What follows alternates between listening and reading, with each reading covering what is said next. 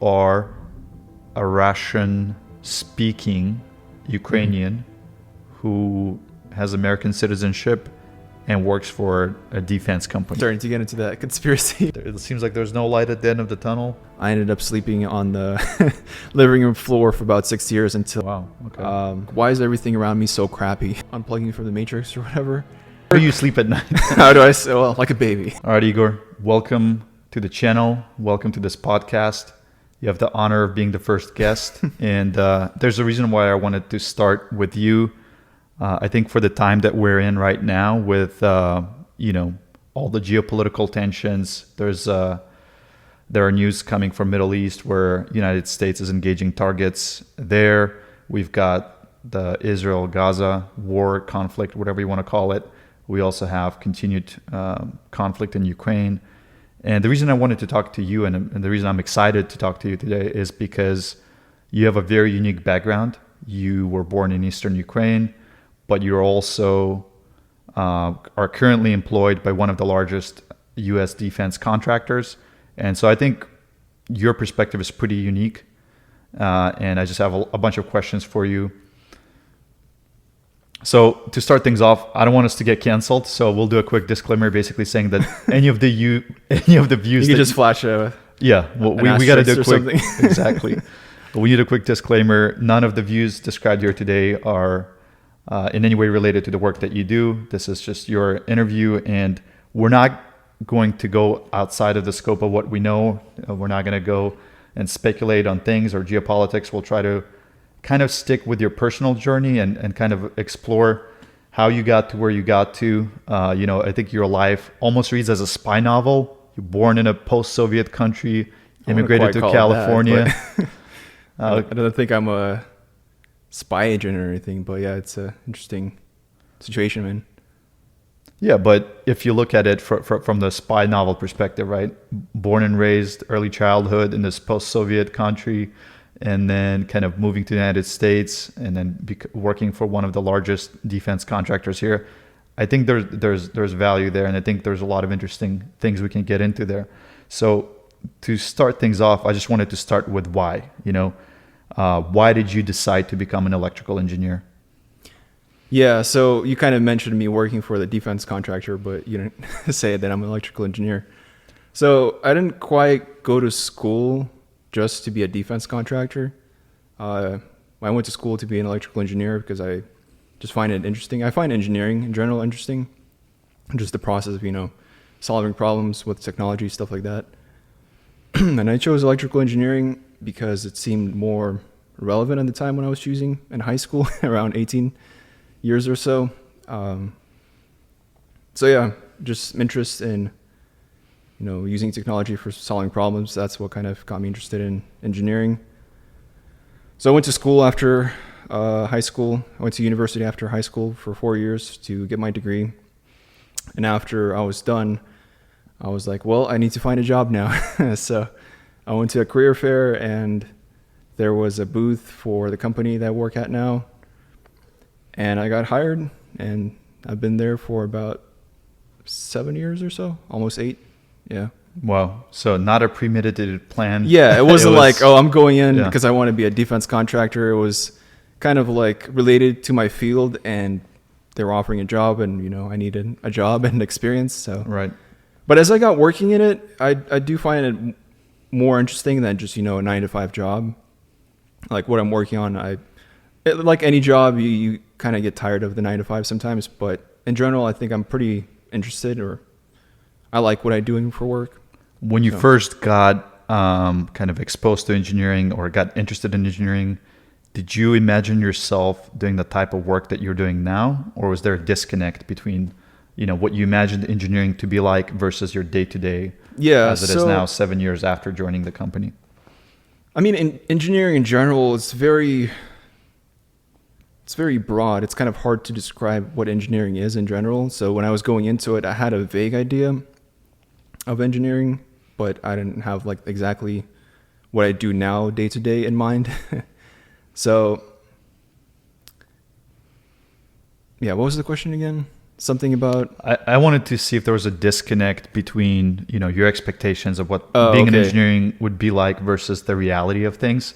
Because, a lot of people are imagining, well, I'm going to be inventing all these cool things. I'm going to be the next Iron Man or something. But, the day-to-day is probably a little bit more mundane, right? Where you're just doing repetitive tasks or optimizing things. It's not, this Leonardo da Vinci inventor. Yeah, it's not quite that. I'm Right. not sitting there in the office coming up with like revolutionary technologies every day. A lot of work is routine. But it is revolutionary in a way because it is brand new technology. It is being used in top of the line, defense systems. So it is on the cutting edge of sorts, right? It's just sorts. Yeah, I do work in like a development research area, more development, I would say. So I mean, it is kind of new stuff, but it's not at the level of breakthroughs that would change the world. They're very specific kind of innovations for a specific problem.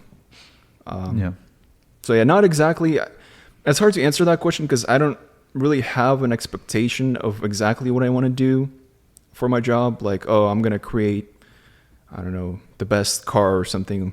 I'm going to go to school for that. I just wanted to be an engineer because I liked the general problem solving aspect of it. So what are you actually doing, right? What details. Company do you work for? Yeah, it's Northrop Grumman. It's top 4, I think, defense contractors. And yeah, I also don't know like how much I can say about exactly what I do at work. I just don't. Know. Makes sense. That's why I hesitate. You're working on something that's super sensitive, and especially with geopolitical climate, we don't want you to get fired or overshare. So we'll just keep it vague. You're working on as an electrical engineer, you're developing certain systems that are being employed by U.S. military. Let's just leave it at that. If you could go back 10 years. Before you graduated, maybe you were still taking your general ed courses in university. Would you still choose the same path? Is there a part of you that kind of regrets getting into this line of work, or looking back, or you're like, "Yep, this worked out. I'm glad I did join." First electrical engineering major, and then got into the company that I got into. What's that hindsight looking back 10 years ago? Would I change anything? I mean, the saying, grass is always greener on the other side. So sometimes it feels like, especially when it's one of those like slow days at work, it feels like, oh man, I could have been doing something else. But there are days where I'm like just legitimately just working, and then I look at the time and, the day went by because it was interesting. And so I don't know. I don't know if I would change it. I think I might have done some things differently, but in general, I would choose to do what I do again, like electrical engineering and working for the company I work for. But maybe like slight tweaks along the way, not knowing what I know now. But in hindsight, it's always easier. The reason I'm asking this question is I think right now, if you go on YouTube, Instagram, TikTok, there are a lot of influencers that will say, hey, the traditional educational system is a scam. You don't want to waste 5 to 10 years in school just to make 6 figures, right? It's kind of being downplayed as a salary. There's a lot of people kind of claiming big income numbers online. Do you think that going through this rigorous curriculum in school, taking all the calculus that you had to take, all the physics courses, is worth it? If you look at your salary, I'm assuming it's over 6 figures, but was it worth spending 5 to 10 years of graduating and then, working as an entry-level engineer just to get to the point where you are now? Was there a potential shortcut to get to the same income level, perhaps skipping school? Yeah, well, I guess it depends on what perspective you have about work. If you want to work just to get a lot of money, perhaps that wasn't the best direction to take, because there's easier routes to go to get more money. But going into it, I mean, engineering, it was part of the equation. I did want to have a good job that pays well. But I think for me, the primary thing was doing something that I'm interested in. So you are getting some sort of fulfillment from working in the military industrial complex. I'm just trying to wrap my head around this. And I don't get fulfillment just from working for a defense contractor. I get fulfillment in what I do at work. So the process of engineering, like having a problem, there's different approaches to solve it, different technology, different like theories you can use to solve it. And that's kind of what interests me, finding a solution to a hard problem. So it sounds like you were able to dissociate the technical aspect of the work that you do with the actual impact, because I'm just wondering if there's any cognitive dissonance involved with understanding that the technology you're developing will be used to potentially kill people, maybe kill people in different countries, but it will still, the intent of the work is to create a military weapon. Yeah, so what I do at work... How do you sleep at night? How do I say? Well, like a baby. Like a baby, okay. No. That's cold. That's cold. No, hold on. Let me try to answer the question. So what I do at work, it's not directly like lethal, but there is a term called the kill chain, and I am part of the kill chain for what I do. So knowing that, it doesn't really bother me, but I don't know if it doesn't bother me because I haven't really thought about it that deeply, or just I don't have an issue with it. I don't think, from what I've thought, from the amount of time I've thought about it, I don't really have an issue with it, because my reasoning for it is this technology, someone's going to make this technology, right?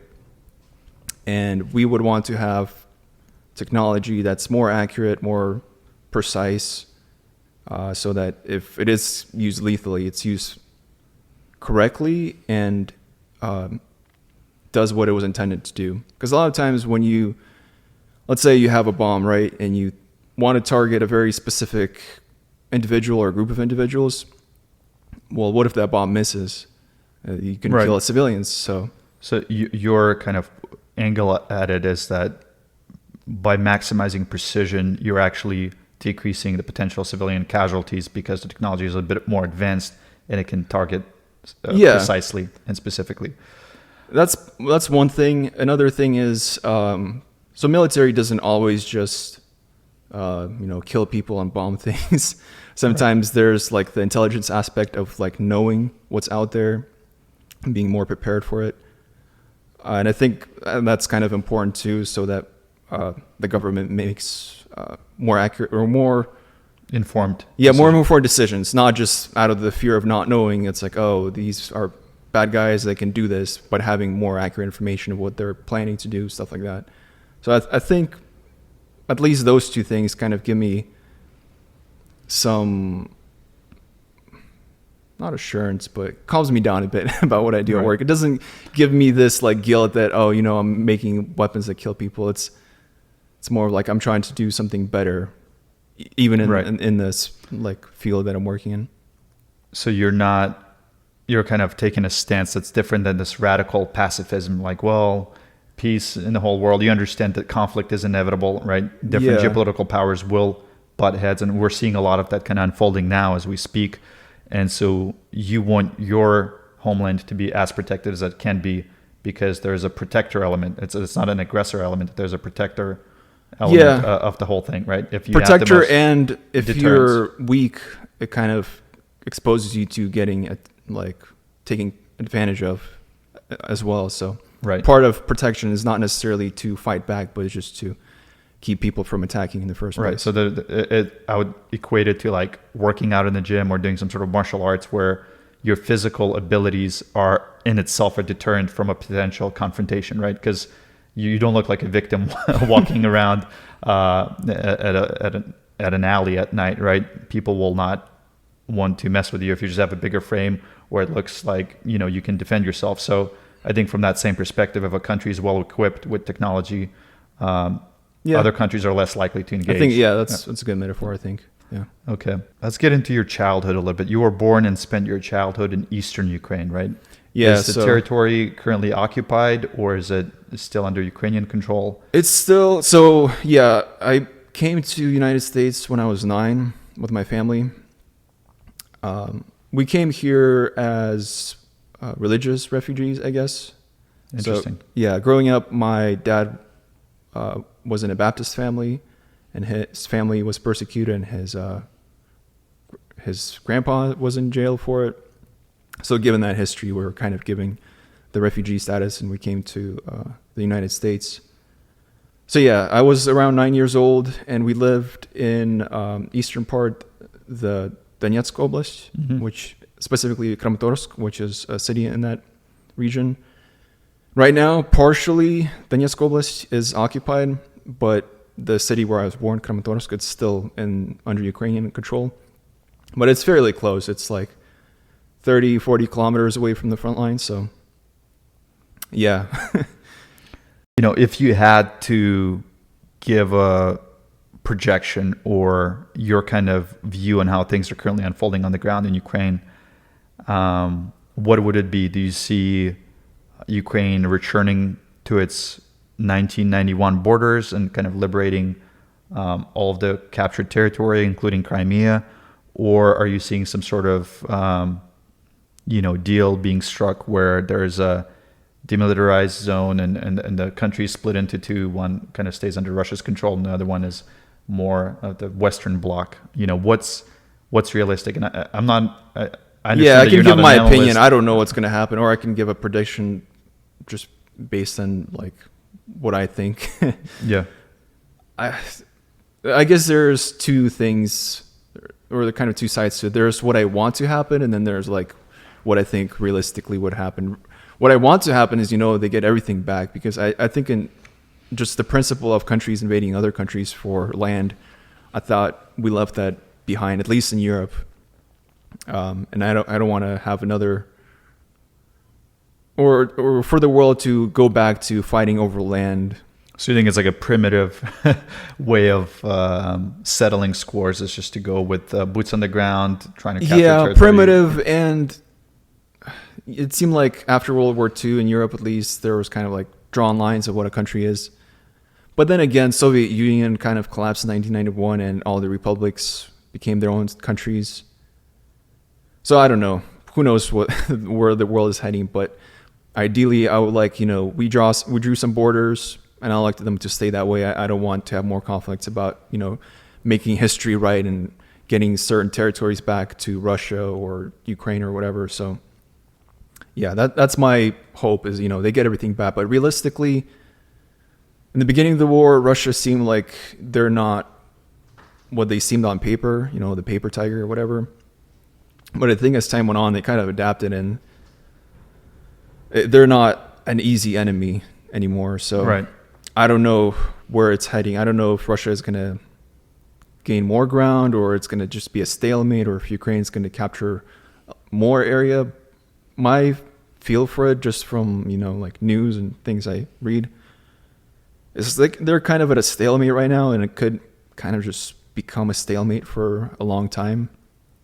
It can be like a conflict where they're just on a line that moves somewhat here or there, but stays somewhat static. Or it can turn into a frozen conflict where they just decide, we're going to sit down for talks, but never actually get anywhere.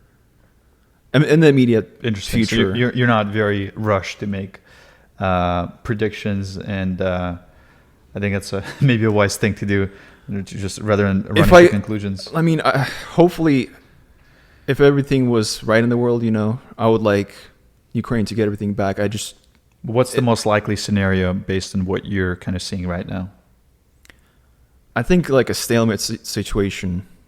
Either just, some fighting back and forth along the front line, or they agree to like stop firing back and forth and start the process of, agreeing something, but then that process lasting a long time.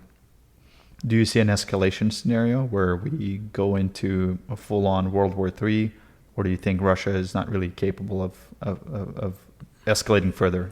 It seems like they're using all they've got at the moment. Again, it's just from things I hear on the news, from other people. I don't have an accurate. Right. We only know what we're being told. Yeah, so I don't know like how much bombs Russia has left, or exactly. So maybe I can't say. We shouldn't jump to pretending to be analysts when we don't have the full information. Yeah. So let's kind of step away from that for a second and just talk about the fact that you are a Russian-speaking Ukrainian who has American citizenship and works for a defense company. Yeah, so that's a very complex identity there, right? Like with all the things we just talked about. Could you describe your identity? Who do you identify as? There's this Russian-speaking element to you. where you understand the culture and history, but you also strongly identify with your Ukrainian roots, but now you're also a naturalized American citizen. So how do you kind of balance the three, and how do you are there trade-offs, or is it pretty black and white for you?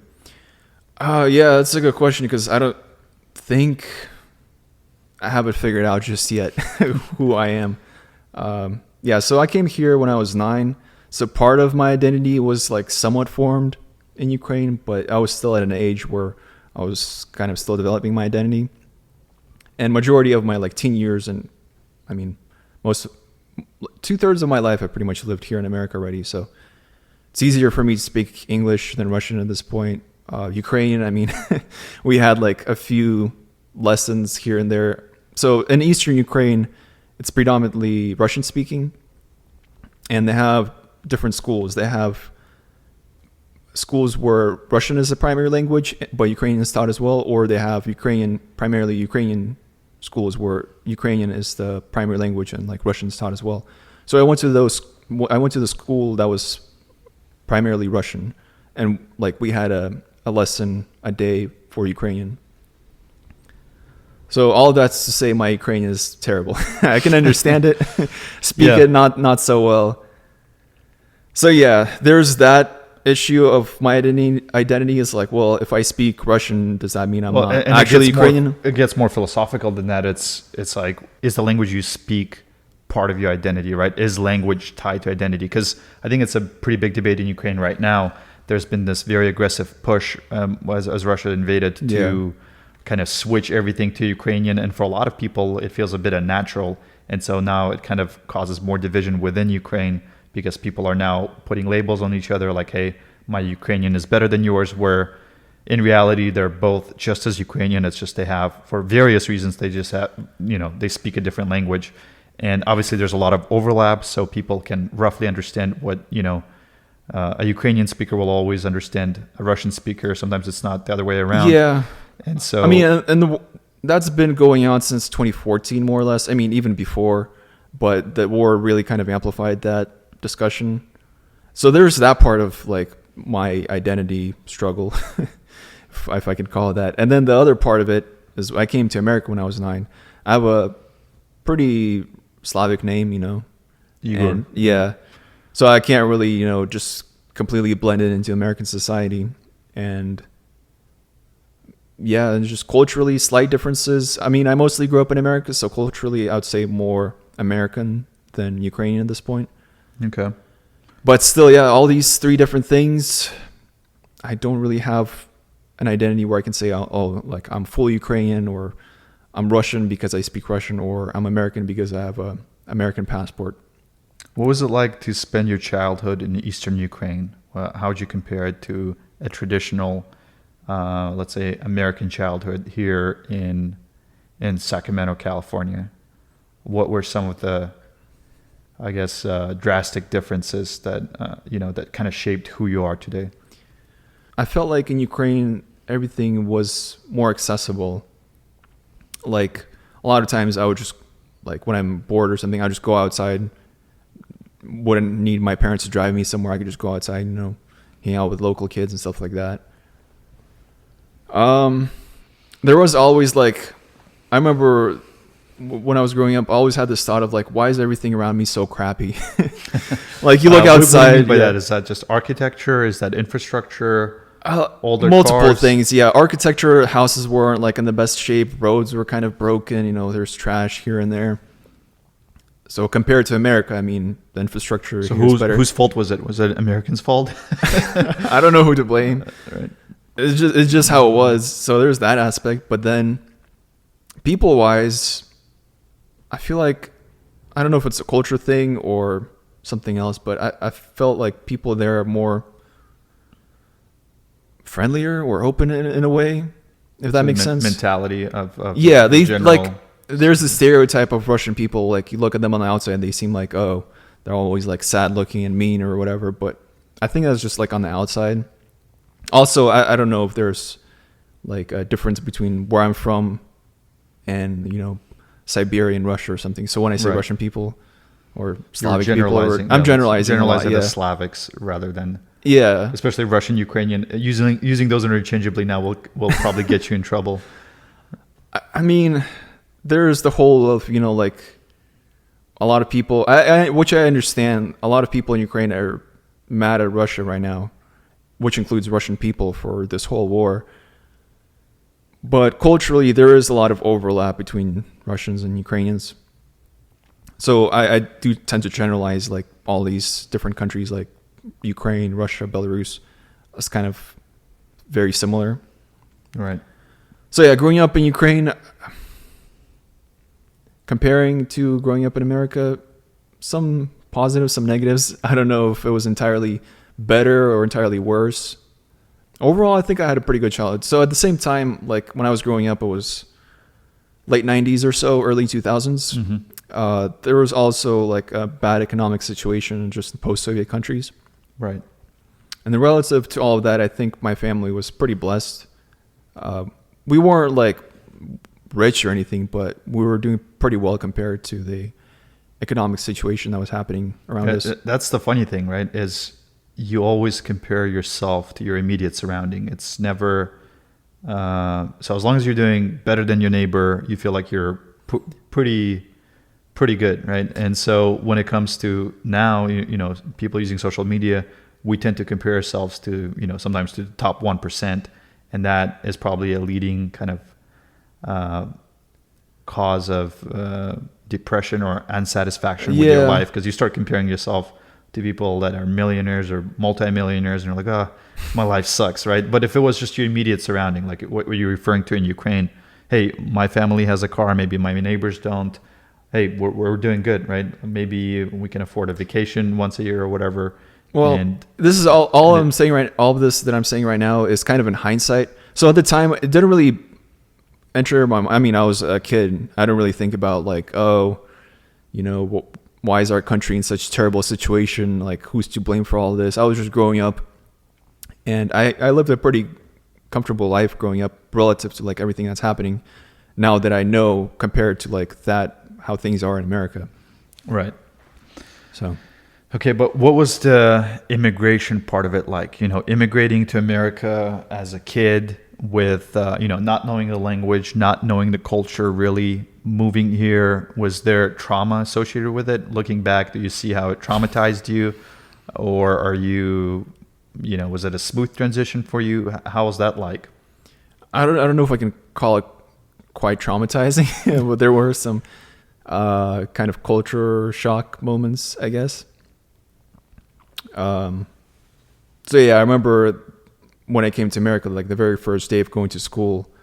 So in Ukraine, when we were going to school, you kind of put on a uniform, you know, and dress up and everything. So I did the same thing here, but here it's more casual. Yeah. So I kind of looked strange the first day of school and I don't speak English. I'm just like looking around like what's going on.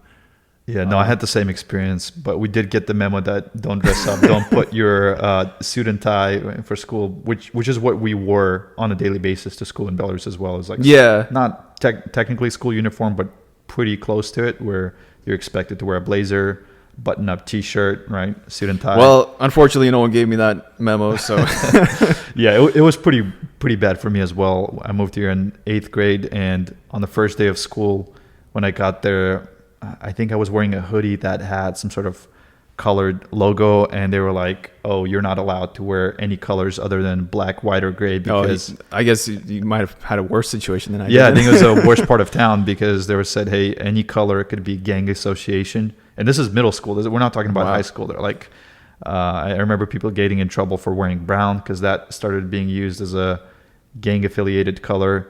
Anyway, it was a complete 180 from what I was used to back in Belarus. I would definitely say that it was traumatic for me, not in the sense that I got bullied or anything like that, because, you know, I moved here with my brother who's only a year apart, so we're always together, and so that helped a bunch.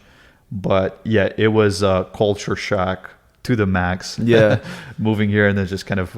I guess relative to that, it wasn't that crazy for me. I went to Dry Creek Elementary, which is like a elementary school in a rural area, more or less. Okay. So I wasn't really exposed to like the gang violence or whatever that early on. It was just the culture shock of, culture or language difference and like dressing up differently or something. I remember back in college, we took the same course. I remember seeing you in one of my courses. I was at Sierra College. We took electricity and magnetism. It was a physics course. And I remember just seeing you in the auditorium, and you kind of stood out because you had really good posture. And when you imagine a typical engineering kid, they're hunched over, they're in their papers, or they're on their laptop, but you were sitting up straight, and I was like, man, this guy has really good posture. And then as I got to know you, you were saying something about the fact that for years you used to sleep on the floor without a mattress. That sounds worse than it was. Walk us through that experience. What happened there? How did you get this so good when we posture? came to America, my family had some money from Ukraine, but not enough to afford like to buy a house or like a nice apartment or anything. So we got a 2-bedroom apartment, and our family, it's my sister and I.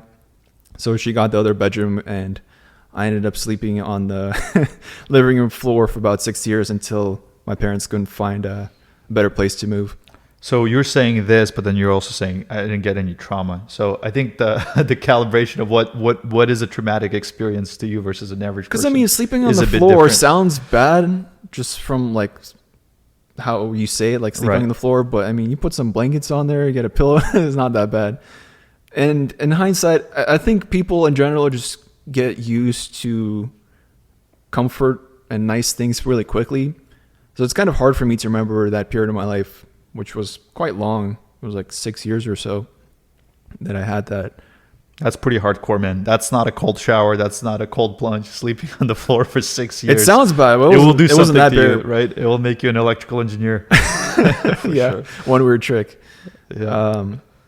I always complained to my parents because I just wanted my own room. Not necessarily because I wanted a bed. I just wanted my own place, like my own space where I can like privacy. all Yeah, that. but sleep on the floor, not that bad. Yeah. Would recommend. I'll definitely complain about that. I mean, that seems pretty rough, but maybe it hardened you in a way where you could go through all those electrical engineering courses, because those are no joke. So props for that. I wouldn't say that was the main reason for it. Definitely, a forming experience, though. Wouldn't you agree? I think that experience kind of put things in perspective for me, because for some time I was like, well, I want this, I want that. But then as I got these things over time, I kind of realized it doesn't change much. I slept on the floor, didn't have my own bed, but then I got my own room, my own bed and everything. But in my life, that didn't really like have a dramatic effect in my life. Like I was still me, which kind of put things in perspective, because like some people try to chase, get the Rari or whatever. But if you think about it, once you get it, what do you gain? Yeah. It goes fast. It's nice. Don't get me wrong. I would like a Ferrari. It's a nice car, but I don't think that's going to solve your life problems, or that's the meaning of life. So it was a stoic, transformative experience. In a for you to way, go yeah. through that and say, I'm happy and I'm sleeping on the floor. I cannot lose, right? Like whatever. Not quite happens in that. It life- was more of like I wanted something and then I got it, and it was like, well, all right. I'm still me. It didn't like make me much better or something. So yeah, I guess it's stoic in a way. Yeah. So Right on. All right. So you are a representative of the Slavic community here in Northern California, right? I'd say Sacramento is probably one of the top Slavic hubs in the country, right? Like if you look at the population of, by Slavic, I primarily mean, Ukrainians, Russians, Belarusians, and there's some other, nations, but there's a little bit less representation from those. And so, you look at Sacramento, New York on the East Coast, and now there's an exodus to South Carolina because this is the promised here, land, yeah. apparently. There's a I lot don't of know. people moving to South Carolina during the COVID pandemic. What is your read on the subculture here in Northern California? We got a bunch of Slavs. How would you describe the subculture here, and what's your kind of view on how the people from a similar background as you are integrating into society, do you have any criticism or praise for our community here in SAC? Yeah, so I think a lot of the people that came here, there's a different kind of immigration. So when I was coming here and years before that, a lot of people were immigrating specifically to Sacramento for religious reasons, religious persecution, refugees, stuff like that. So the culture here is kind of more religious based. A lot of Slavic people grow up in the church, a lot of them, just grow up in that environment. Religious. It's very difficult to explain to the people, especially for the Slavic kids who were born here, and they associate a lot of the hyper religious elements of their day-to-day life with being Russians. Like, I hate this about my background or my culture, without even realizing that they're a very specific subset of Ukrainians or Russians who found themselves here. And if you go back to the mainland, the people are drastically different, right? When we take an average Ukrainian versus an average Ukrainian here, but it's changing now with a new wave of immigration because the floodgates were opened. Everyone was just kind of given access through the Mexico border, and now we have a very different subset of Ukrainians and Russians here in California. Yeah, so I haven't met a lot of them, but I ran into some people that came here specifically because of the war, and it seems like a lot of them, or more of them, are not necessarily religious, like how it used to be back when Slavic people were immigrating. The first wave of immigration, or the first. Yeah, I don't know if it was the first or the second, but like the initial waves of people. So so when I kind of give my perspective of the Slavic community here, the religious aspect has a big role in it because of growing up. That's kind of what it was, or that's how it was. It wasn't that there was a lot of Slavic people here and some of them were religious. It was almost like all of them being religious. So how does that play with your personal life? Because you were part of the church worship band, like you were playing guitar, and then at some point you decided to leave the church. What was behind that decision? Yeah, so it wasn't necessarily, it wasn't at all because I had something against the church or anything. It was more of just like a personal change in belief over time. What is your personal set of beliefs now, or maybe at the time that you left the church? I don't have a specific worldview or religion. You must have one. I guess if I were to put it into a category... Are you an atheist or a theist? Let's just start there. If I were to put it in a category, I would probably associate more with like agnostic kind of viewpoint. But that's all to say that I don't think I have like knowledge of everything. There's a lot of things I just have questions about, but I don't have a specific answer for myself personally if it's one way or the other. So specifically for God, there are just logical arguments for the existence of God that I do agree with, and I do think that there's like a higher being. But is it a personal God or something different, or I just don't know. I don't have that like like for sure conviction that it's this way. You don't have the revelation. You were enlightened. Which part of so do you think that part of faith is kind of taking that step of faith? It basically means you can't rationalize everything completely, and that's why faith is there, because it's not a rational thing that you have to go through. I have a somewhat good understanding of Christianity because I was growing up in it. So I get that aspect of faith, of not necessarily having an explanation or facts for everything, but just having faith and believing in it. But maybe I lack faith, but I just don't feel as comfortable just doing things by faith versus having some logical explanation or some empirical explanation maybe. Although empirical, I'm not so convinced by empirical explanations either. Specifically when it comes to religion or something. For science, it makes sense if you can like recreate certain physical, phenomena or whatever to study it. But for religious stuff, I don't know. Just in general, I just don't know. And looking for answers, I don't know if I'll find them So that's where I'm at. But growing up, I did have a Christian conviction, more or less. But as I kind of was exposed more to different viewpoints and talked to people of different backgrounds, kind of made me question my beliefs. Is like, why are my beliefs the way they are, and the other people's are like so different? And that kind of questioning process made me kind of come to the conclusion that I don't have like a firm belief. It's more of like, and so you just didn't want to be a hypocrite on stage. Yeah. So growing up in the church, I mean, I was at some point like pretty Christian, and I do like music, and I can play like guitar. So I kind of got involved with like the worship stuff, and I would play like guitar at church.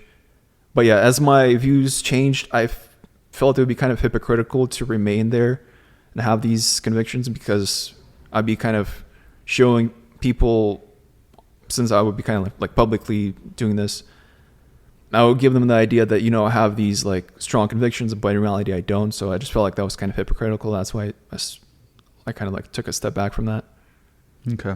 So it sounds like you have, from your agnostic perspective, from what I'm summarizing for you just said, is you do allow for possibility of God existing, but you can't necessarily connect it to Christianity specifically. Yeah. I do think that, I don't know how you can assign probability to it, but I think it is very likely that there is a God. I just don't know what that means. Like, is it the personal God of the Bible? Is it, Allah from the Quran, or some other God? So yeah, just trying to figure things out. Okay. Yeah, man, I think it's a personal journey, and I think it's, faith is something that you have to experience. It can't be, you can't kind of brute force it into your mind. It's something that you have to rationalize at a certain level. And if you can't get there and you don't have any personal experience with, or personal conviction, then the most honest way forward is to just keep searching and being open to different ideas, right? Yeah. So again, this is all just personally, like, I don't have any like arguments for other people to convince them of my views. Yeah. So, yeah. All right. What about your personal life? We talked about your education, your immigration, the struggles associated with it. Is there a significant other, right now? Let's just start there. What are you trying to say? What are you getting at? Do you have a girlfriend or no? So yeah, it's. Are you in active pursuit of that as well, or? I wouldn't quite say you active find God first at the moment. Well, that might take a while. Okay. Yeah, it's a ongoing situation, I guess. I'm not actively like trying anything right now, because I'm trying to finish up grad school. But I did over the years, try things here and there. So part of growing up in like this religious community is that, you're expected to marry and have children and all that. And you usually find someone who you marry within the church. Right. Not necessarily, but that tends to be the case for these kind of communities. So yeah, when I walked away, I kind of was in a different environment now, and that environment is drastically different. And I don't know if that was a part of it, or there's other like issues with me or something. I just, wasn't able to find a significant other yet. So, and with work and school right now,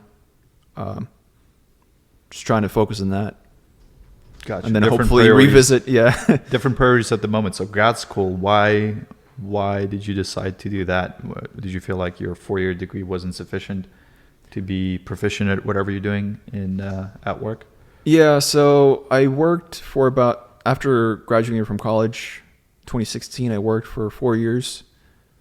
And at that time, I was learning a lot on the job, but also had a lot of, like, I would come across a lot of different things that I didn't have like the skills for, or just the knowledge about, which made me kind of want to go back to school and learn more about specific areas. So electrical engineering is a very broad field, right? But specifically what I do is more computer engineering related / more mathematically related. So I work on signal processing related electronics. Yeah, and just a lot of theory for signal processing that I was exposed to I didn't quite understand and didn't have like the fundamental math knowledge for it. So I wanted to go back to school and kind of learn more about that, which I did. I went back to school, for grad school in 2020, part-time. Another reason I wanted to go back to school is because my company offers the tuition assistance, and I wanted to take advantage of that. So yeah, ever since I finished the classes, and now I just have to submit like a thesis as the last requirement, and I'll be done. So I'm working on that now. I do find that I think I learned a lot in grad school as well. But then also at the same time, it eats up a lot of your time. All right, Igor, let's chat a little bit about influencers, right? So you're over here selling us the matrix vision of life, right? Go to school for something years, and then now you're also going to grad school. So, all things combined, you're looking at, 6-7 years.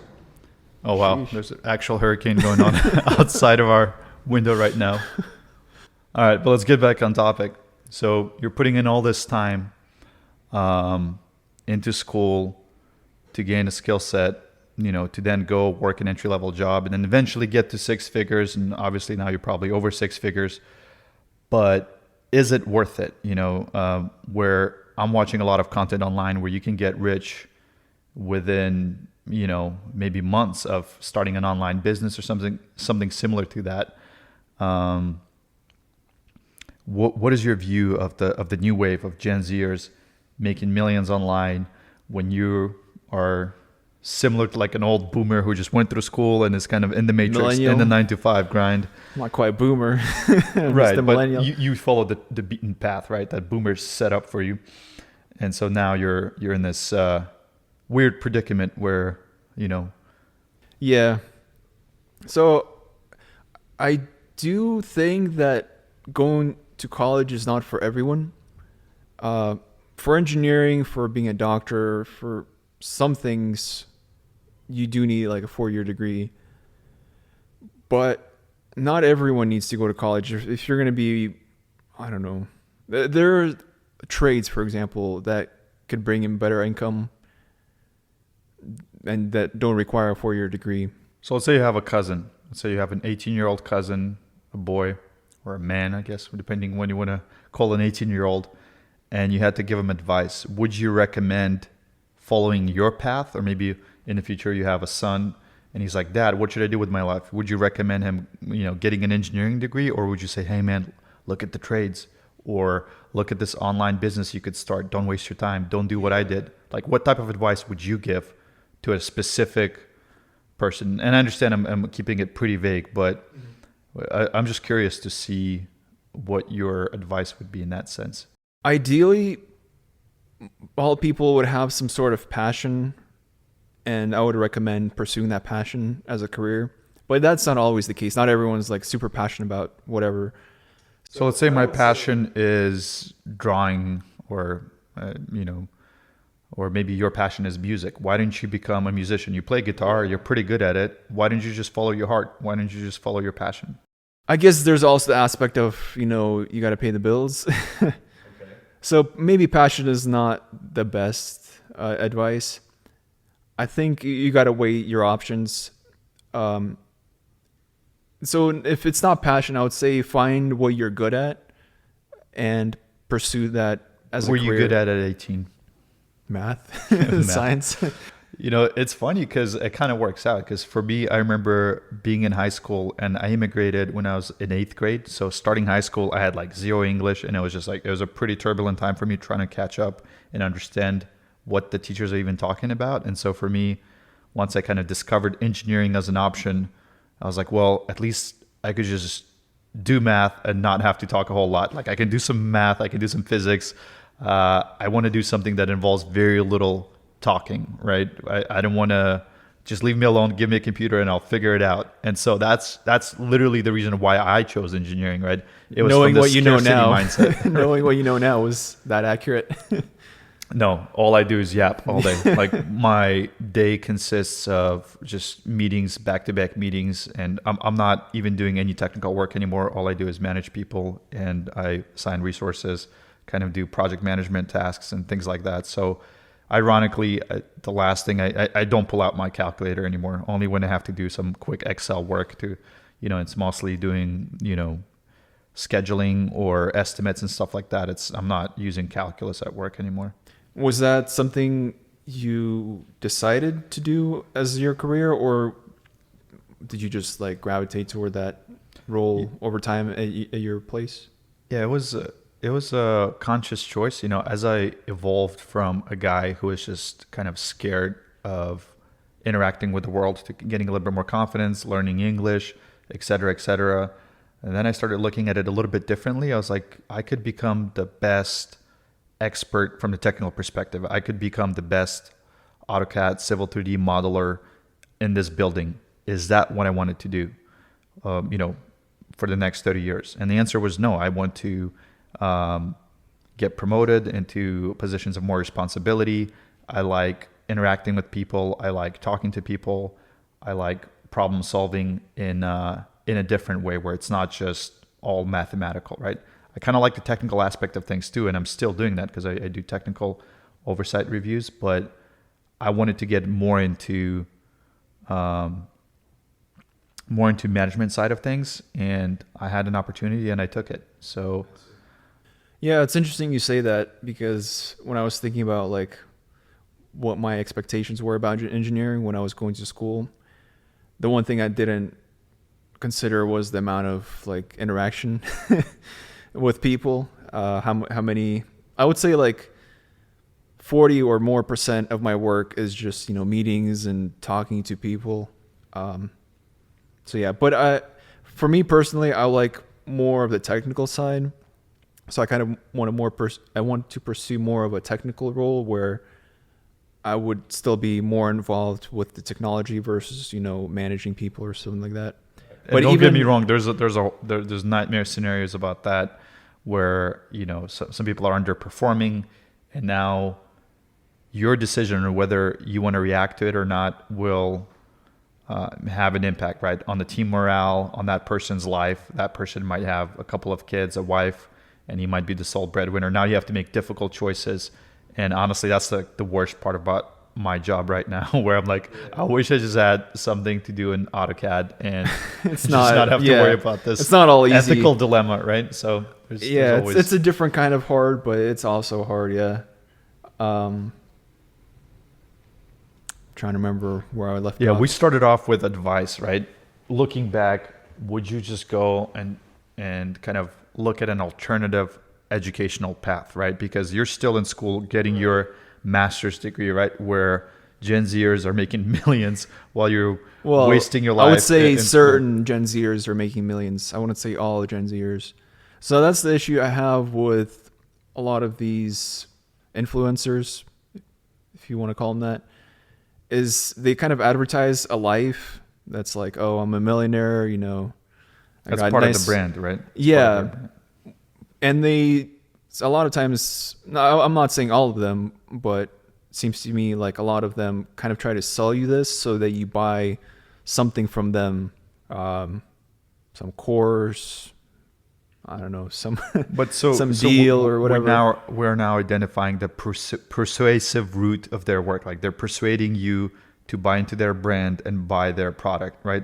So what I'm hearing is sales, right? But any type of work you do is sales, right? For your work, you have to sell something.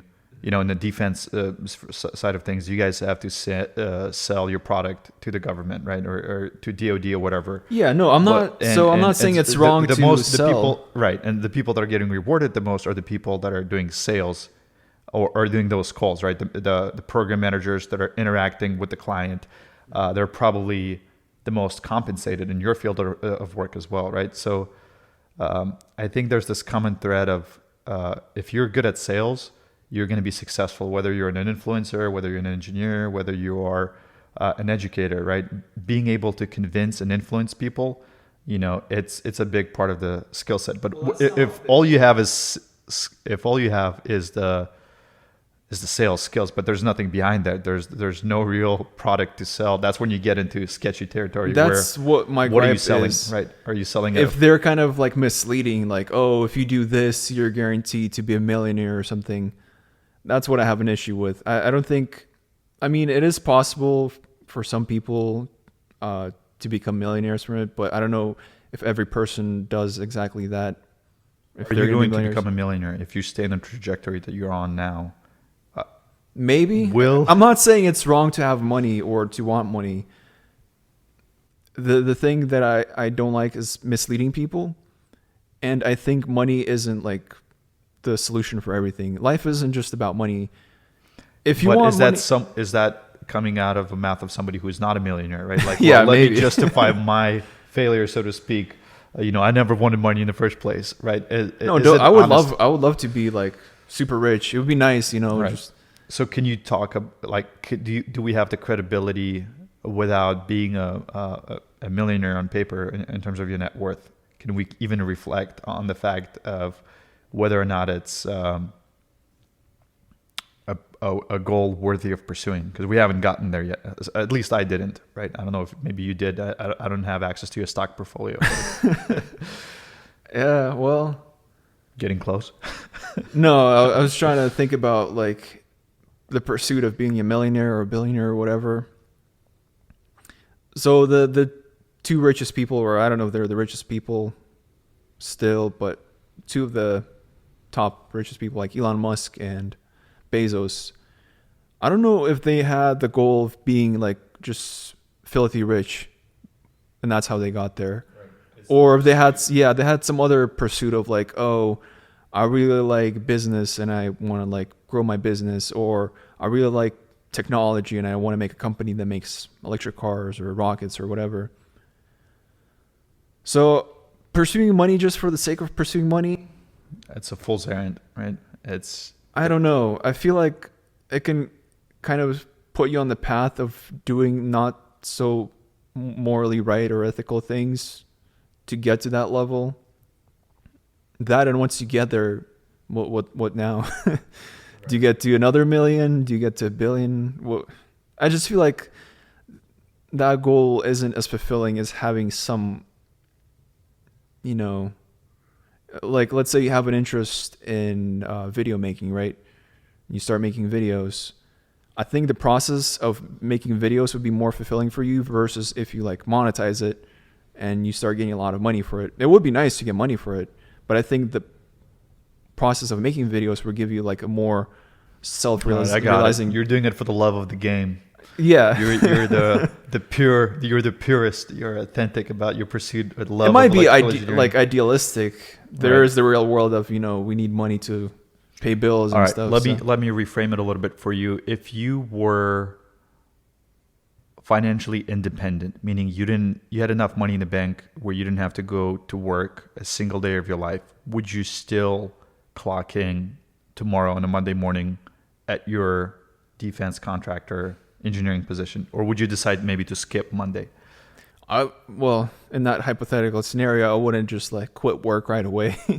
I want to be like, bye, I don't have to be here anymore. Huh? But you would be leaning towards it.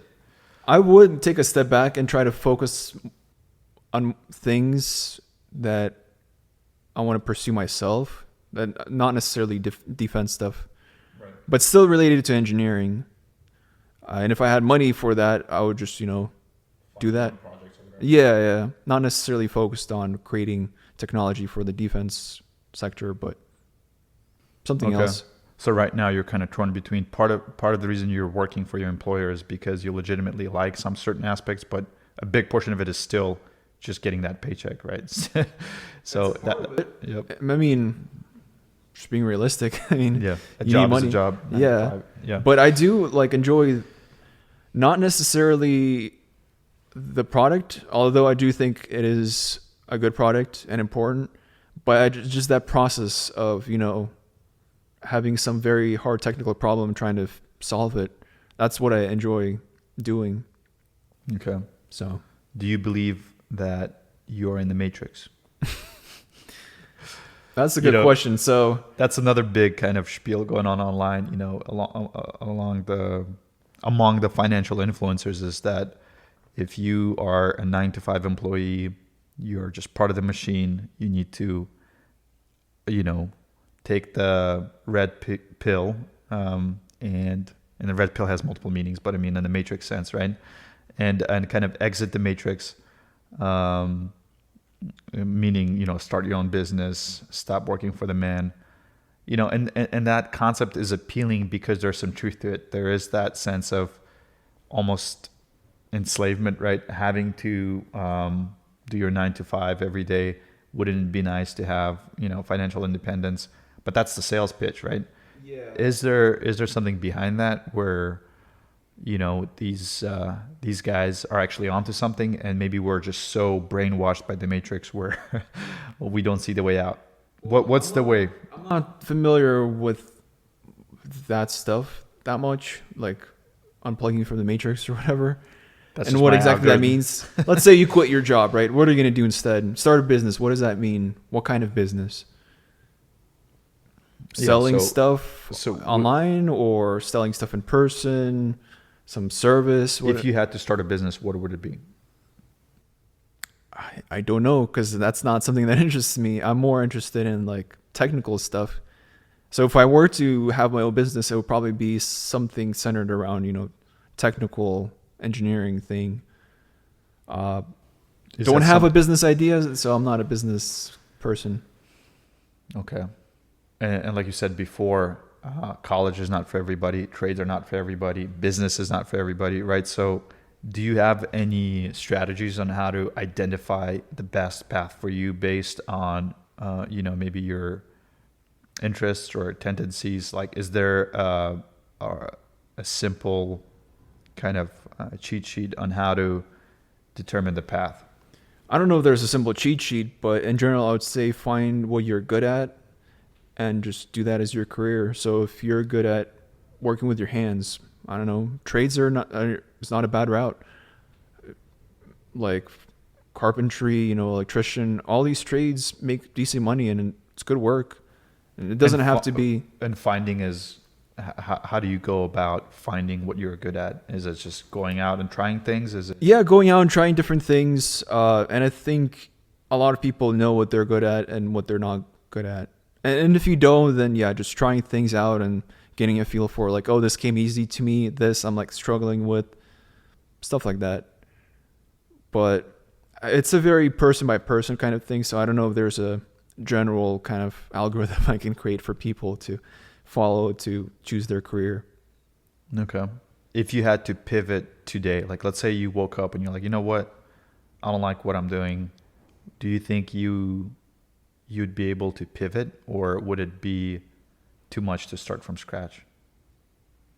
I guess that question is pretty vague, but if I had to rephrase it, would it be, with age, or as you get older, your horizon of opportunities kind of narrows, and the amount of responsibilities grows. And so for somebody to pivot and do something new in their early 20s is way different than doing the same exact thing for somebody in their 30s or maybe even early 40s, right? For those people, pivoting will be a lot more costly, a lot more risky.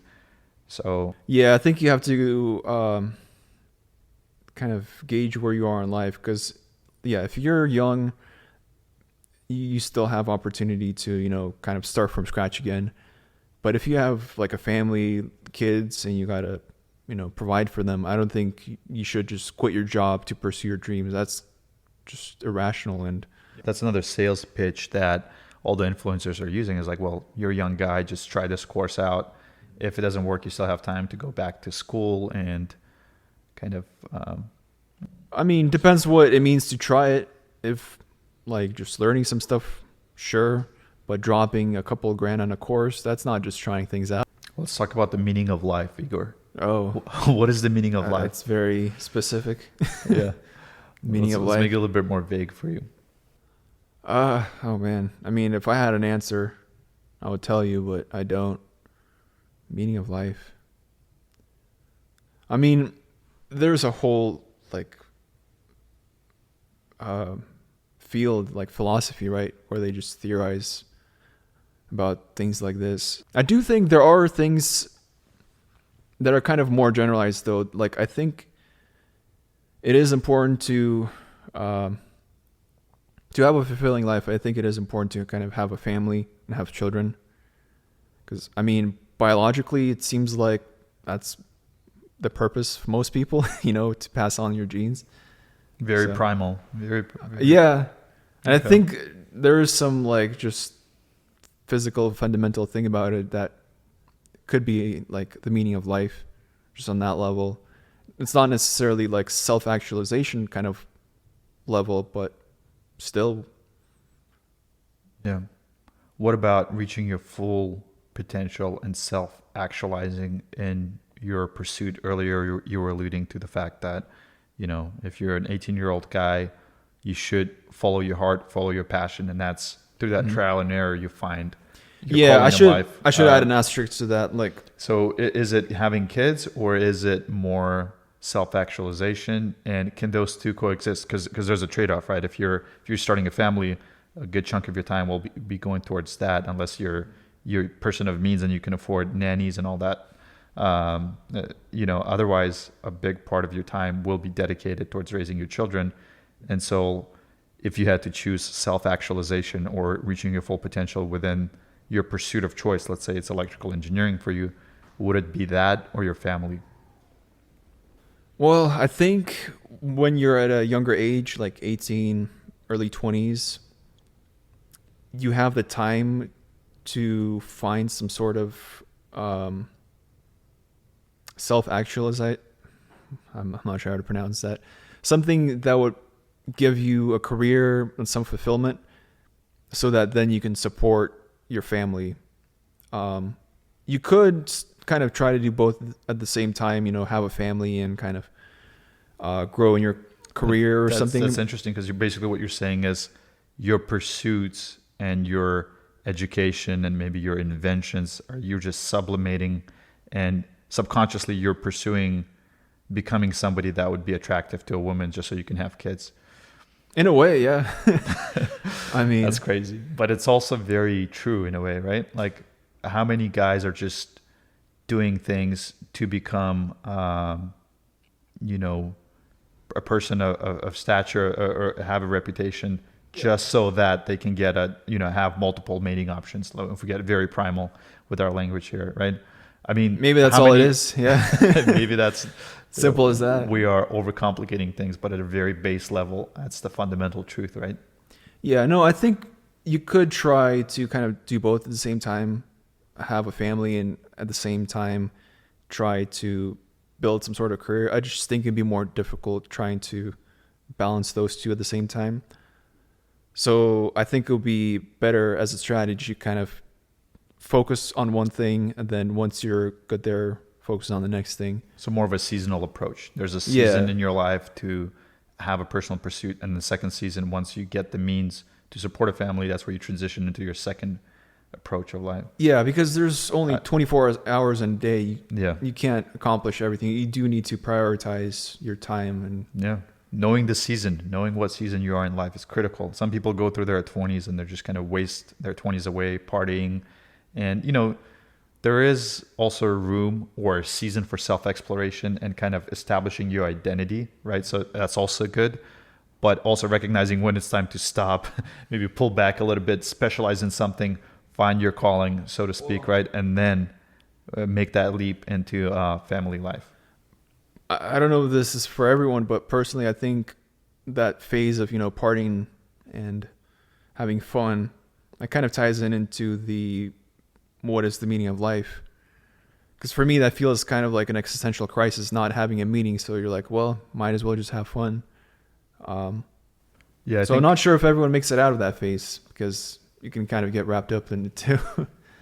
Yeah, but it's also something that you don't necessarily want to completely stay away from. I'm kind of, as I say that, I cringe a little bit, but I think there is value in having a little bit of hedonistic pursuit in your maybe teenage years or early 20s, just so you understand the emptiness of it, right? Because there's one thing when your mom tells you, hey, don't do X, Y, and Z because it's going to harm you. And when you maybe make a mistake of your own at a smaller scale, take a lesson from it, kind of understand that on a deeper level from personal experience, and then you pull back, those lessons will be a lot more established, and you'll kind of blow off some steam maybe in your early life. I do tend to agree with you, but there are mistakes that could have big consequences on your life, though, that I think DUIs. I think it would be best to just outside of wedlock. Yeah, it would be best to like take people's advice and not do it. A wise man can always learn another person's mistake, right? Versus having to experience everything on their own skin. So I see what you're saying about, But as far as finding your identity, right? Like, practice-oriented, real-life experience-oriented experience, which is, if you look at a lot of the studies that are coming out with Gen Z, it seems like they're like the loneliest generation. They don't really consume alcohol. A lot of them are, without a partner or even a close friend. Like I've read a study where they said a portion of Americans don't even have one close confidant. And a confidant is a person you can share anything with, right? It's a guy or a gal that you can just come to with any issues and just kind of have an open conversation. So a lot of people are lacking that. And that's scary, right? People are not going out there and living life, making mistakes. They're living a very sheltered existence. What's behind that? Is just a sign of the times? Is it technology or? Yeah, I think I've come across something like that too, but I thought about it. I don't have a reason. I mean, my theory, so growing up in Ukraine, I was kind of I caught a little bit of that Soviet planning where, they just build these like large housing units and everyone was close together.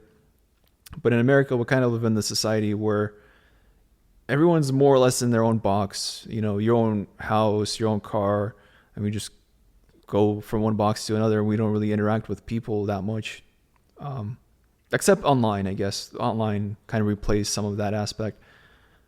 So you're burning, the point you're making is that you're blaming urban planning, right?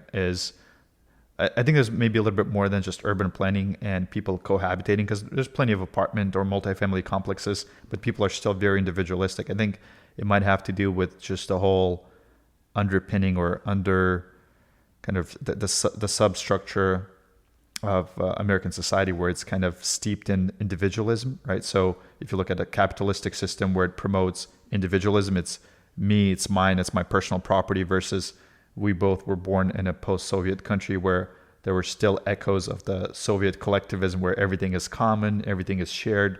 So there's this kind of play between, the American model of individualism versus the socialist structure of, perhaps, or maybe like the mindset of individualism led to like our society in America where everyone has his own car, his own house. So I don't know which one is I'm definitely to blame. not making a case for communism here. I'm definitely pro-capitalism. Sure. Capitalism all the way. But what I'm saying is there are things that are different. And I'm wondering, because when you talk to old timers here, you'll hear about things of like, oh, we never locked our front doors. People would come in and out and kids would just go and play in the neighborhood. And now you're driving, in a cul-de-sac. There are no kids playing basketball. I don't see kids outdoors. Well, I haven't talked to a lot of boomers. Well, no, not even boomers. I mean, talk to Gen Xers. And even from my personal experience, when I came here in early 2000s, I still saw a lot of that in America where kids would actually play outside, cul-de-sacs full of people, riding bikes, doing something, right? And now it feels abandoned when you drive through a neighborhood. I don't know if kids are just indoors playing online or what the deal is, but it definitely feels a lot more separated. It feels like there's distance between neighbors.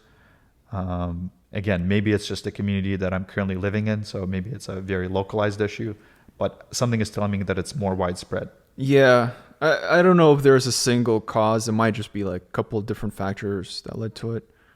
But I do think, this is just a personal opinion, I don't have any factual evidence to back this up, but I do think this like infrastructure that we built up kind of makes it worse, at least, where we don't interact with each other that much anymore, except What's online. the solution? What's the solution? How would you change the infrastructure to make it more communal? Well, specifically in California, I would get rid of, the single family housing zoning, allow for more, full actual capitalism where people can build whatever they want, not just, family housing. That and more investment in public transportation. We're investing a lot, man. I think the investments in the transportation field are at historic levels. I think not just transportation, specifically public transportation. So you're not adding another lane to a 6-lane highway, but so we're talking about California high-speed rail. Is that where the conversation is going? That's a whole box of worms as well. Because I don't know what it is in America, but these large projects tend to kind of take up a lot of resources, but don't seem to be going anywhere. Don't know why. I don't know the details. Well, I do have the details because I actually me.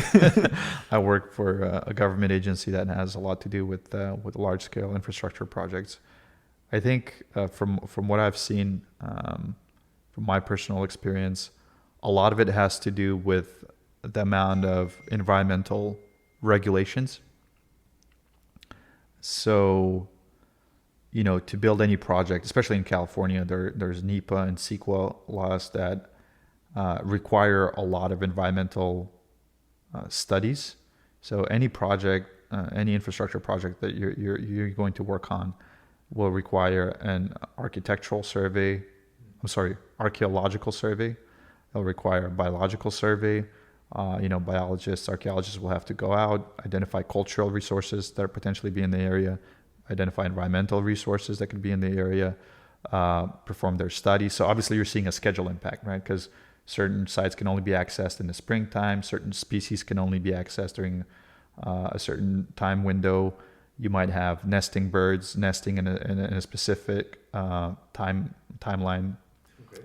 And so I think I'm getting very detailed about the issue, but the point I'm trying to make is that there are a lot of laws and regulations that even when an agency wants to push a project out fast, it's just the hands are tight. The amount of laws and regulations on the books that are laws that we can't bypass makes the project lengthy, makes it expensive. And when it comes to high-speed rail, I think the biggest part of that is securing the right-of-way, right? So making sure that you actually have the parcels and the land to build the train. If you look at back in the day when they built the original railroad from the east to the west coast, they just kind of simpler came times, in, different times. They came in and took the land when they needed it. Invoked eminent domain. Okay, well, we're taking your land.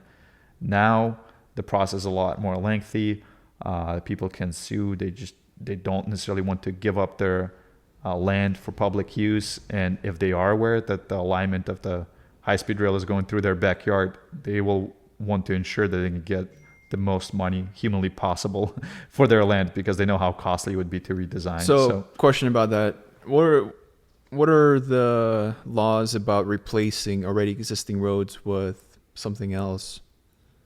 Is it possible? There's, from the right-of-way perspective, obviously a lot easier because that right-of-way is already owned by the state in most cases or by a local jurisdiction. So maybe a city. So if let's say we have, 12 lane both ways highway, and we take the middle 2 lanes and put something else in there. That's exactly what they're doing down south in LA. They're building a line from Las Vegas to LA. It's a private-public partnership. So that's exactly what they proposed. So you nailed it, man. They're building a high-speed rail, and it's going to basically happen on the median. Can't remember the exact highway, but they're actually proposing that. And that seems to be a working solution because the right-of-way already exists. And I think there's also going to be this visual effect of people being stuck in traffic and seeing a high-speed rail zooming past by, right? And they're like, convince them. Maybe it should be in that thing. So going back to why is there, this trend of people being more lonely and, being single or whatever. I think that's not necessarily the cause, but it is exacerbating at least the problem that we're all, separated by cars and houses. There's not really this shared communal space that we interact in Is anymore. is it loss of shared space, or is it a loss of ideology that would unite society, right? Because if you look at America in the 50s or in the 70s, predominantly evangelical Christians, people are gathering on Sunday, they have community events. To now, I think society is a lot less homogenous and it's a lot more fragmented. I think people are not as religious, and so there's a lot of community aspects of church. We also seem to be as divided as ever when it comes to politics, right? Mm-hmm. Republicans versus Democrats.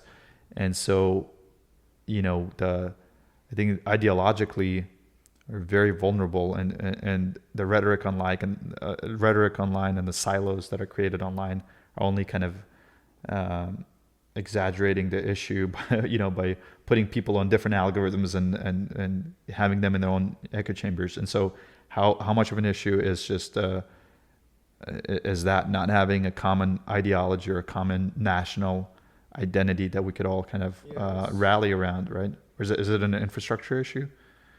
Yeah, I don't know if it's specifically the infrastructure that's causing all this. I just think it's part of it. But so, a question about the studies that you came across. Was it specifically in US that they did the studies, or was this like in Europe as well, in China, or? I believe it was in the US, but like 90% sure. The reason I ask is, at least I from what I recall, like Europe is more secular, right?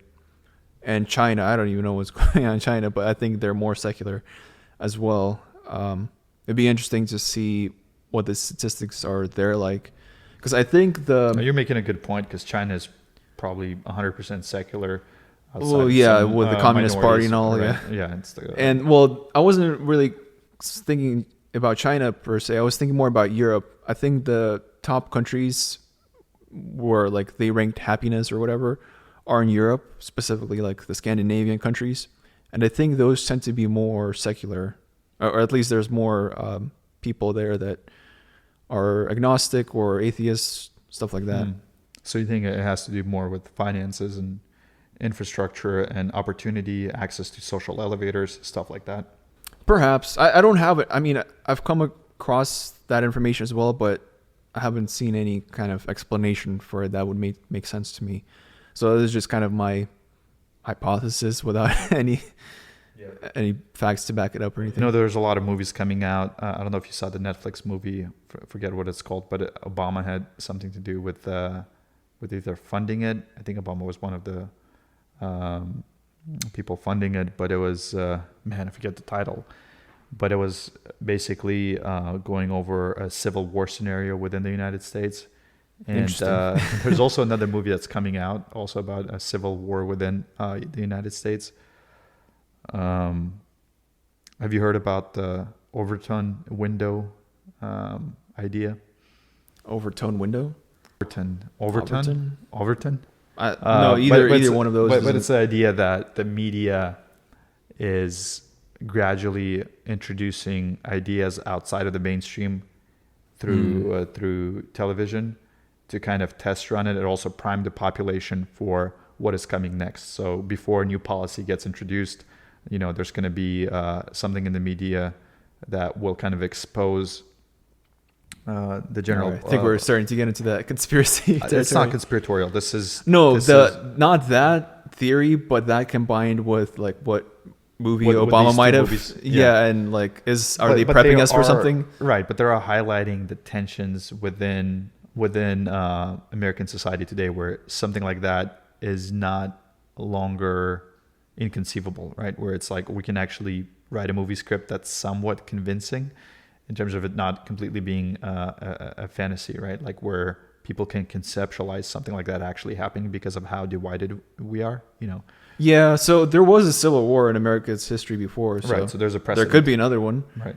And especially what's going on in the but what would it be about? The first one, the Civil War was about slavery because that was a very divisive issue. Some states wanted to keep slavery, others thought it was immoral and they wanted to abolish it. Yeah, that was a big issue. There's like a myriad of other reasons why the war took place. Right, it wasn't just. That was the primary reason, but it was one of the primary reasons. Let's just put it that way. Yeah, but I'm wondering what the primary reason for the possible next civil war would be. Well, if you look at what is happening in Texas, right, with the southern border, where the federal agents came in to basically enforce their ideas of how the border should be secured versus Texas National Guard, I believe.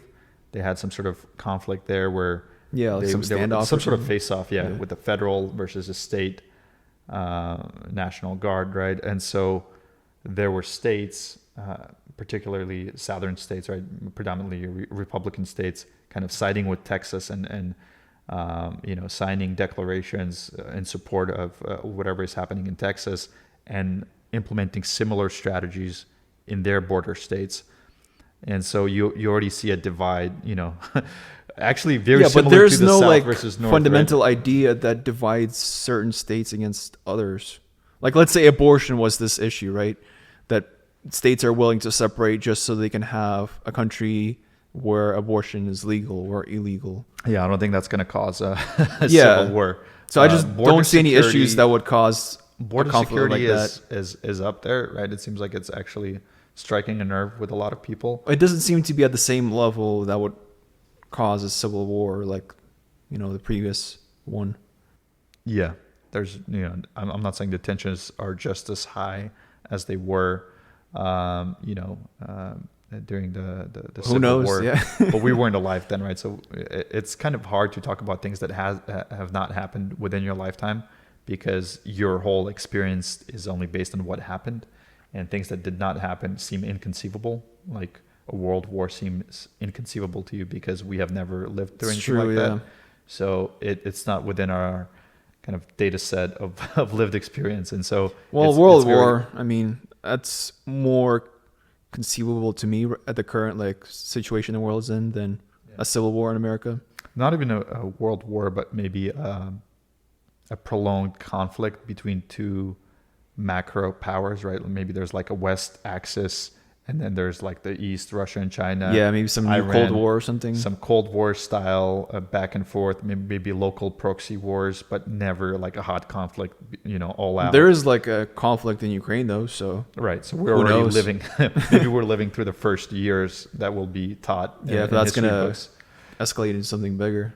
Yeah, there's always a potential for that. So that is crazy to think about, but a very real scenario. So I try to worry about things that I can control, that are within my control. So a World War III is not something that I would what about Civil War or control, right? What about Civil War then? Civil War is a little bit more localized, so there's a little bit more impact or influence there. I feel like even conversations like these can have an impact on societal. Obviously, I don't have any. Which side are you choosing?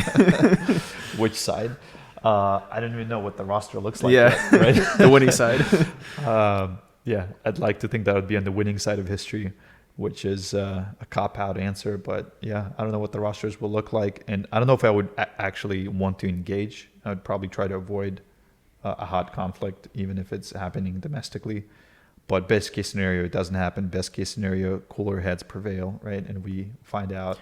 Yeah, I like to think most people are like us and they don't want a conflict. So yeah, hopefully no one really takes up arms and start going against the government, or states band together and go against other states or something. Bro, this podcast sounds very cancelable. Why? I don't know how far we want to go. I don't know. It's just it can be misconstrued into like a call for action of sorts. But I think what we're trying to say here is that there's some trends that we're noticing in society that are divisive, and I hear things here and there, but it's not really on my radar. Like, I'm not really worried about a civil war now. Yeah, on the I don't know about priorities or day-to-day worries, that's like at the very bottom of the list. But it's interesting to speculate and kind of theorize on the possibility of something like that, because we are seeing movies being released, kind of playing out this scenario. And again, we see movies being released about wars with aliens. Are they preparing us for?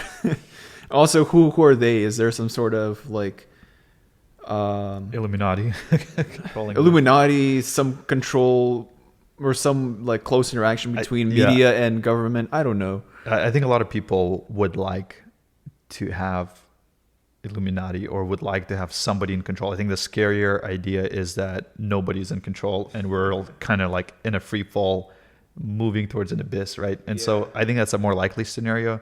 I don't think some of these conspiracy theories are so elaborate where I'm like, if you guys were connected to the government, you would like understand the limitations of government bureaucracy and competency, right? I don't know about some 3-letter agencies, perhaps they're a lot more efficient, but from my experience with government, this would leak out pretty quickly and there's no way you could orchestrate some, I'm not going to go through the list of conspiracy theories, but I'm definitely more on the side of nobody's really in control and things could move in either direction.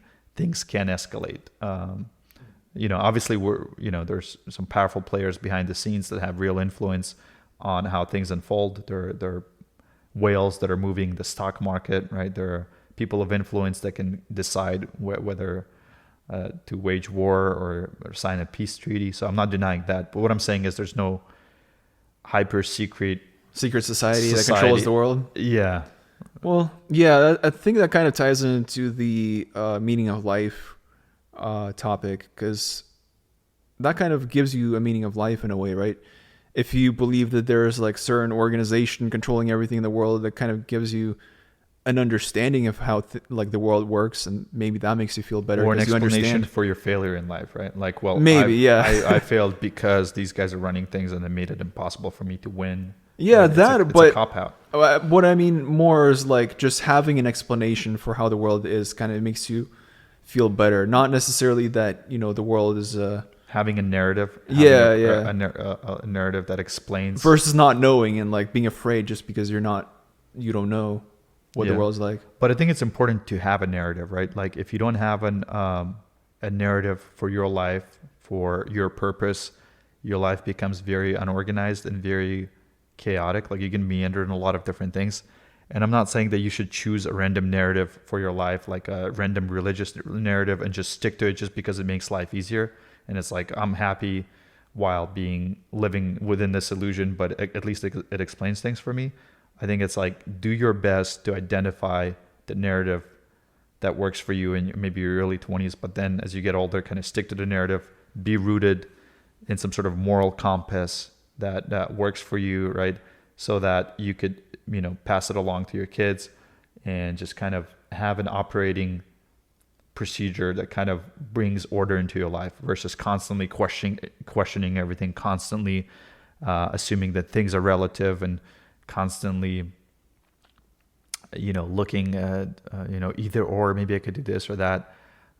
Some sort of guiding principles are necessary for a sane life, right? Like, how do you get you're plugged in the matrix, huh? You're plugged in. You kind of have to choose. Speaking of division and polarization in society, this is an election year, 2024. November is just around the corner. Not quite, but time flies. So we're going to see a lot of stuff in the news here in a little bit. How do you think this will unfold?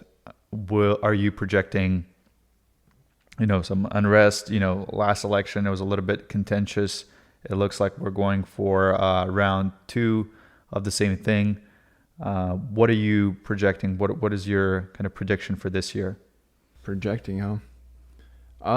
Well, it's hard to say. I think I've seen on the news there was a poll they did where if we were to vote now, like right now, Trump would win. But the polls aren't very accurate.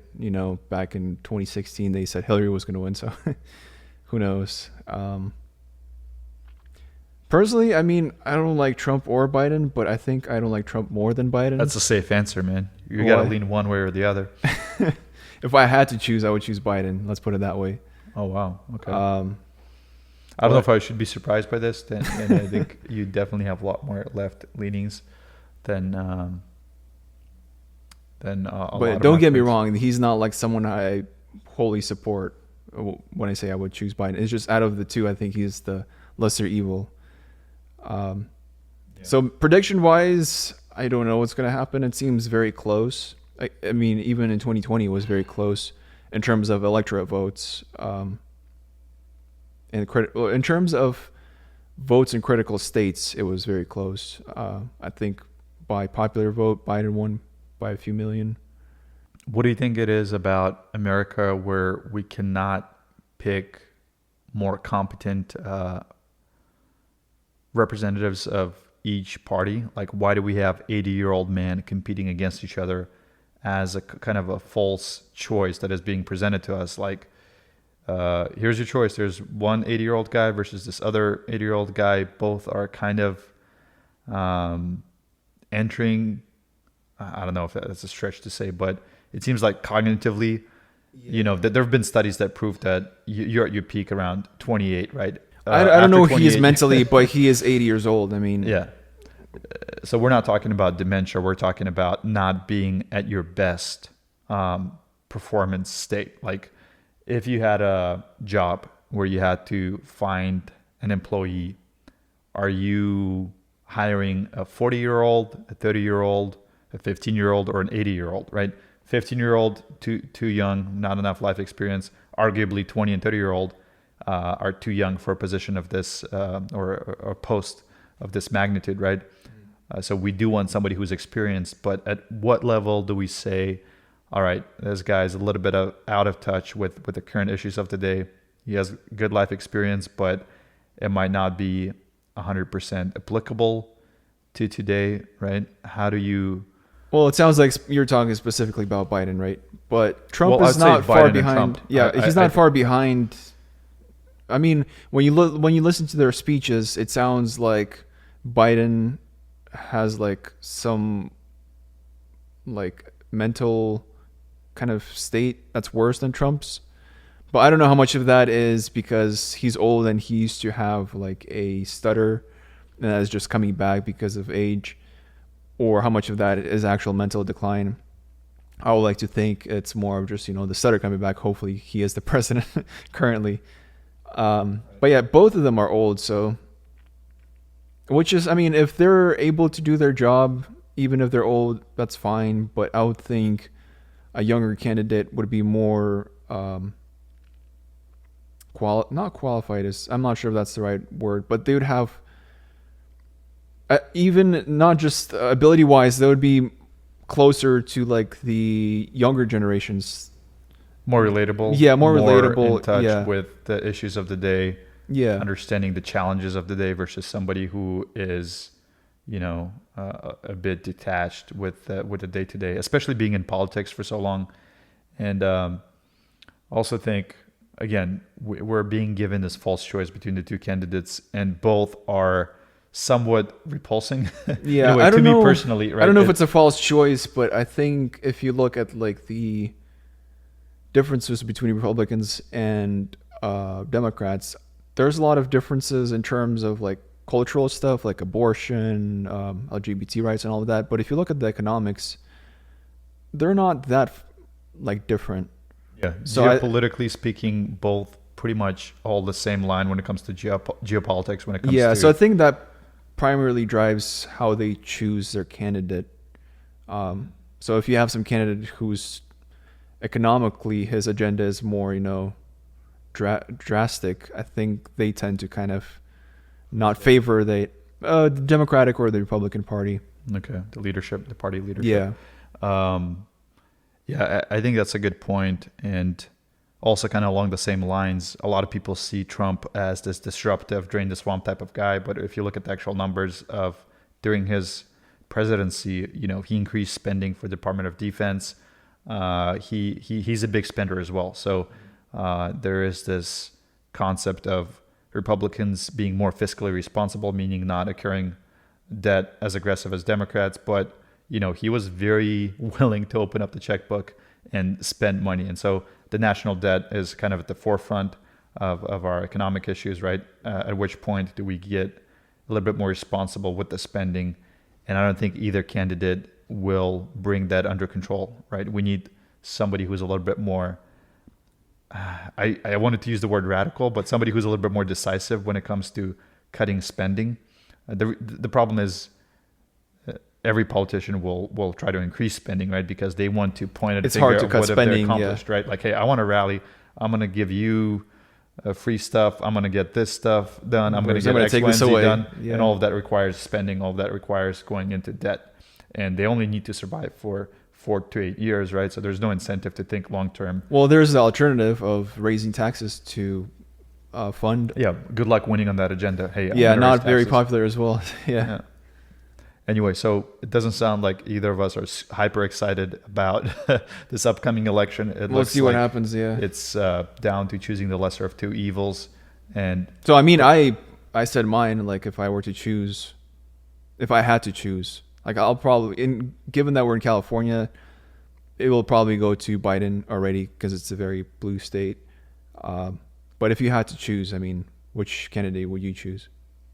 I definitely wouldn't go for Biden, but I can't go for Trump either, because Trump is somebody who, even though I tend to lean a little bit more conservative than a liberal, I just can't go and vote for Trump. Kind of, there's certain things about him that kind of annoy me on a personal level. Maybe it's his communication style. It excites a lot of people, a lot of my friends, but I don't know if I could, vote But if for you him. had to choose, you would If I be had more to towards choose, Trump. I'd probably, I don't know. I think my plan for this election is to stay out and just not vote. Same Because- here, but then how much of that is going to influence the actual result? Yeah.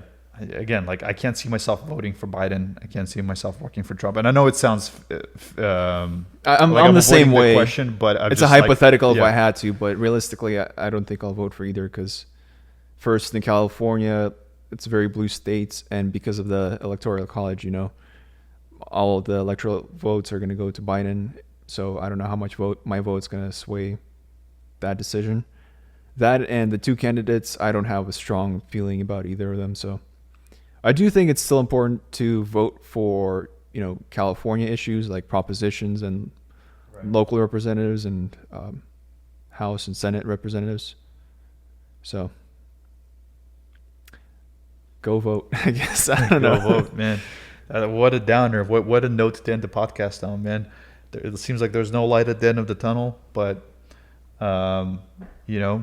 we'll see how things unfold. And the important thing is to stay positive and have a positive outlook. And, do your part. Go vote. All right. It's a wrap. It's a weird note to end on, but we're going to end it here. Thank you, Igor. It was a pleasure chatting with you. Very good conversation. Hope to see you here again. All right.